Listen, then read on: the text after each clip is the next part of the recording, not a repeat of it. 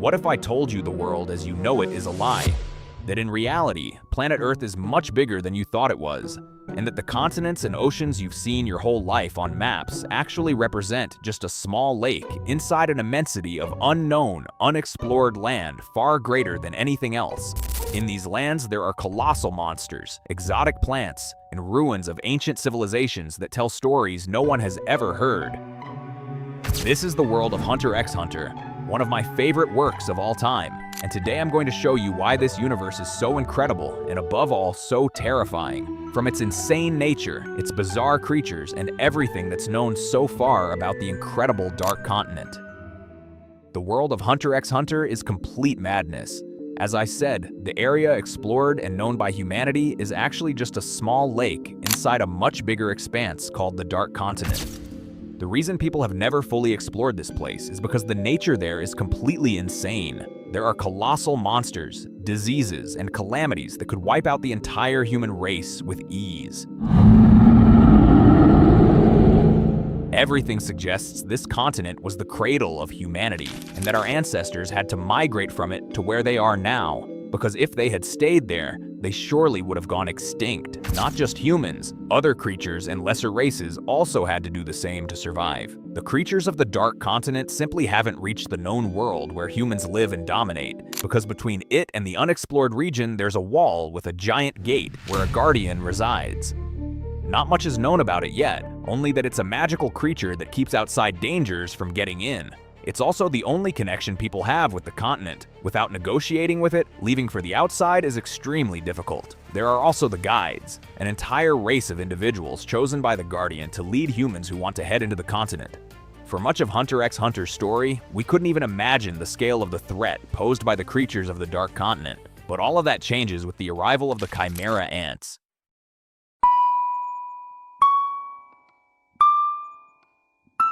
Chimera ants are a species of insect that came straight from the Dark Continent into the known world. They managed to get past the Guardian somehow, and for now, nobody knows how. From here on, we literally watch the entire evolution of a whole race of living beings. They're introduced to us as these tiny little insects that, despite seeming harmless, are actually an extremely dangerous species. That's because their method of reproduction is phagogenesis. When a Chimera ant queen eats other creatures, the offspring she produces inherits the combined abilities of every animal that was consumed. The problem is that this has no upper limit, so the ant queen starts eating dogs, lions, elephants, even humans. This causes her offspring, who used to be feral and instinct-driven, to become thinking, rational creatures. The ants, once small insects, in just a few days became a race even more intelligent and stronger than humanity itself. That's precisely because the intelligence of a single one of them is the combined intelligence of several people, and the physical strength of a single one is the combined strength of several extremely powerful wild animals. On top of that, the queen can lay several eggs at once, so it doesn't take long for an entire army of ants to be created. One scene from these episodes that I find extremely disturbing and that really shocked me the first time I watched it is when the protagonists go to investigate a village that had been completely wiped out by the ants. When they arrive, they find 2 horses impaled whole on a tree. It's a silent, wrong, completely unnatural image. They then discover that the Chimera ant who impaled the horses did so because one of the species devoured to create her was a real-world bird called the shrike. This species is known as the butcher bird. It impales its smaller prey, usually mice, insects, and reptiles, on branches as a way of stockpiling food and marking territory. This particular Chimera ant's behavior is an amplified, distorted version of that natural instinct. She didn't do it out of conscious cruelty. It's purely an instinct inherited from the base species used to create her. Despite being individually conscious, all the ants share the same devotion and absolute submission to the ant queen. From this, a hierarchy forms within ant society. At the base are the least evolved ants, the first ones the queen produced, who have no consciousness of their own. They function almost like a hive mind, and their only instinct is to blindly follow whatever the queen commands. This is the level of the hierarchy where you'll find the worker ants, who were used by the millions to build the Chimera ant's entire nest, a structure the size of a castle, and they did it in just a few hours. Above them are the rational ants, who think, speak, form feelings and philosophies, and are generally used to capture other animals and people who will be taken to be devoured by the mother ant, so she can produce even more ants from those beings. After that comes the royal guard. extremely powerful, intelligent ants created from a much larger accumulation of animals and humans. Their main task is to protect the queen, who ranks just above them in the hierarchy, and above all, to protect the king.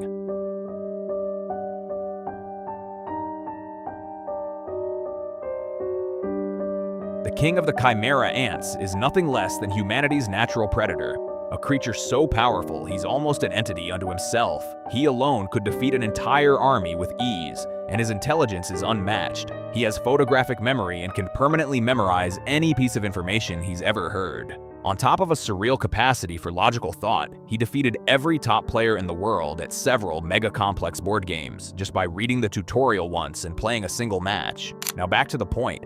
He's not simply the strongest Chimera Ant. He's the pinnacle of the evolution of every species. One scene that shows just how terrifying his existence is happens when he's invading a politician's palace, and when he gets there, some dancers start begging him for mercy. He treats this as an insult because as a superior race, he believes he has every right to devour people the same way we've always devoured other animals. We never spared the life of a cow or a chicken just because it was begging not to be killed. So why would he do the same for us? And you know what the worst part is? This guy genuinely has a point, and I don't think there's anything scarier than imagining our own species being treated like livestock, herded off to slaughter, the same way we've always done to animals we always assumed were beneath us. The only reason the ants couldn't fully conquer humanity is that humans have lived on this planet for far longer and are far, far worse than they are. Now, what if I told you the Chimera Ants are nothing compared to almost every other threat on the Dark Continent? They probably only ended up in the known world because they were fleeing from the creatures that live there, just like humans did a long time ago. In truth, they were just the little ants of the continent, the bottom of that place's food chain. In total, there have been 149 recorded human expeditions to the Dark Continent. Out of all of them, only 5 managed to return and bring back information about the place. The first expedition took place in a mountainous region to the northeast of the Dark Continent, where the explorers found a mineral that, if submerged in water, can generate up to 20,000 kilowatts of energy a day. An extremely valuable resource that would certainly interest humanity greatly.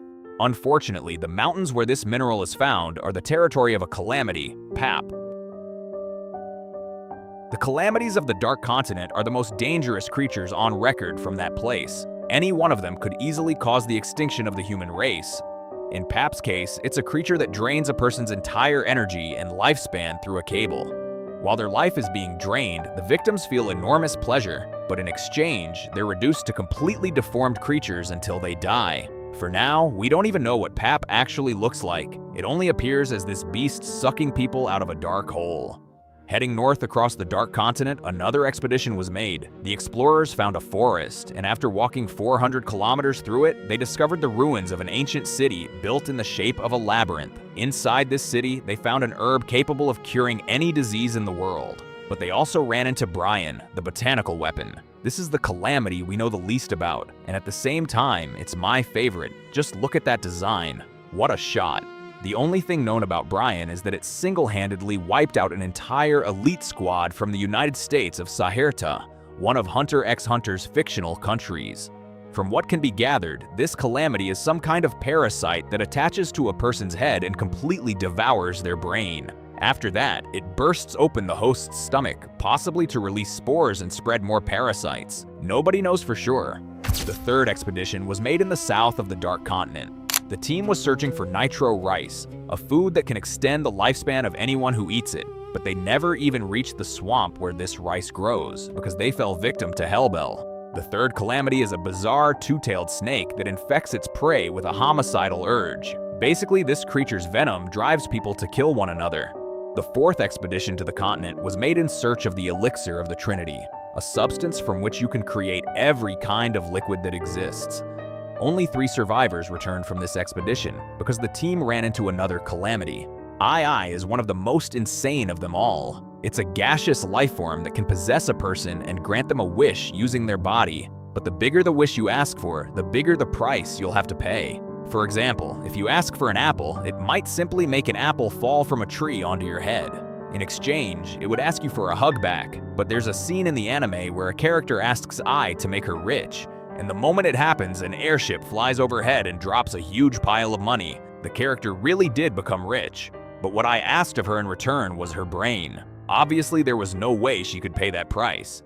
The last expedition was made to obtain a plant called metallion. With it, any kind of alchemy is possible. It probably works something like a philosopher's stone. The explorers managed to capture it, but on the way back they took a wrong path, and as a result, they contracted the fifth and final recorded calamity, Zombie disease. This illness has only one symptom. It grants the infected person immortality. You don't die of old age, and as far as anyone knows, not even if someone tries hard to kill you, because your regeneration is extremely fast. On top of that, you become completely self-sufficient. You don't need to eat or drink water, because you can literally eat your own flesh and drink your own blood, but you're consumed by madness. You basically become a zombie, wandering forever, completely lost in the chaos of your own mind. This has to be one of the worst fates imaginable. And for now, that's all the information there is on the incredible, terrifying Dark Continent. Humanity only has this information because of a book written by a mysterious author 300 years ago, who cataloged all these relics and calamities. That book is Journey to the New World, Eastern Edition. In theory, a Western edition should also exist, but it's never been found. Not because it doesn't exist, but because it's still being written. As old as the book is, its author may have extended his life by eating that longevity rice found there, and he might still be on the continent, facing the unknown every single day, and maybe that's the real meaning of what it is to be a hunter, to search for what can't be seen, chasing a goal that only exists concretely in your own mind, one you don't even know is real, the mysterious unknown, the magic in these words.